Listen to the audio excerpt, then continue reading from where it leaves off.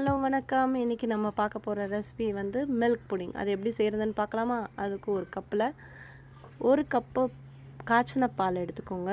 அதுக்கப்புறம் அதுக்கு தகுந்த மாதிரி 1/2 கப்பு சுகர் சேர்த்து நல்லா மிக்ஸ் பண்ணிக்கோங்க. அதுக்கப்புறம் ஒரு 2 முட்டையை நல்லா உடச்சி ஊற்றி அதையும் நல்லா அடித்து வச்சுக்கணும். நல்லா அந்த முட்டையும் பாலும் நல்லா மிக்ஸ் ஆகிடணும். ஒன்றா மிக்ஸ் ஆன பிறகு அதுக்குள்ளே நம்ம ஒரு கேரமல் செய்யணும். ஒரு பாத்திரத்தில் 1 கப்பு சர்க்கரையை போட்டு அதில் கொஞ்சமாக தண்ணி ஊற்றி நல்லா நம்ம வந்து கலந்து விட்டுக்கிட்டே வந்தாலும் லோ ஃப்ளேமும் கிடையாது, ஹை ஃப்ளேம்லேயும் இல்லாமல் மீடியம் ஃப்ளேமில் வச்சு நல்லா கலரிக்கிட்டே இருக்கணும். விடாமல் கலரிக்கிட்டே இருந்தோன்னா அது லைட்டாக கொஞ்சம் கொஞ்சமாக கலர் மாறும். ப்ரௌனாக லைட்டாக மாறிக்கிட்டே வரும். அது நல்லா மாறி நல்லா ப்ரௌனிஷாக வரும்போது நல்லா கேரமல், அதுதான் கேரமல் பதம். அப்போ வந்து எடுத்துடணும்.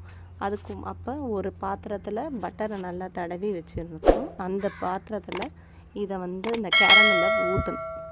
அதுக்கப்புறம் ஒரு 2 மினிட்ஸ் அது ஆறின பிறகு அந்த பாலை நம்ம அடித்து வச்சுருக்க பாலை வந்து நல்லா வடிகட்டி அதையும் இது மேலே ஊற்றிக்கணும்.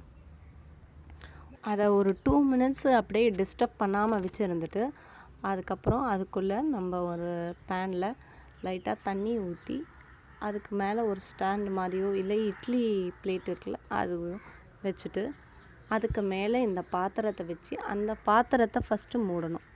ஏன்னா இந்த நம்ம மில்க் புடிங்க்கு செஞ்சோம்ல அதை ஃபஸ்ட்டு மூடிட்டு அதுக்கு மேலே அந்த பேனையும் பெரிய பேனையும் க்ளோஸ் பண்ணிடணும். அதாவது வேக வைக்கிற மாதிரி, இட்லி வேக வைக்கிற மாதிரி வச்சு ஸ்டீம் பண்ணி எடுத்துகிட்டு ஒரு 2 மினிட்ஸ் கழித்து அதை ஃப்ரீஸ் பண்ணி எடுத்தோன்னா நம்மளோட மில்க் புட்டிங் ரெடி ஆகிடுச்சு. இது ரொம்ப டேஸ்டியாக இருக்கும். டேஸ்ட் பண்ணி பாருங்கள். மறக்காமல்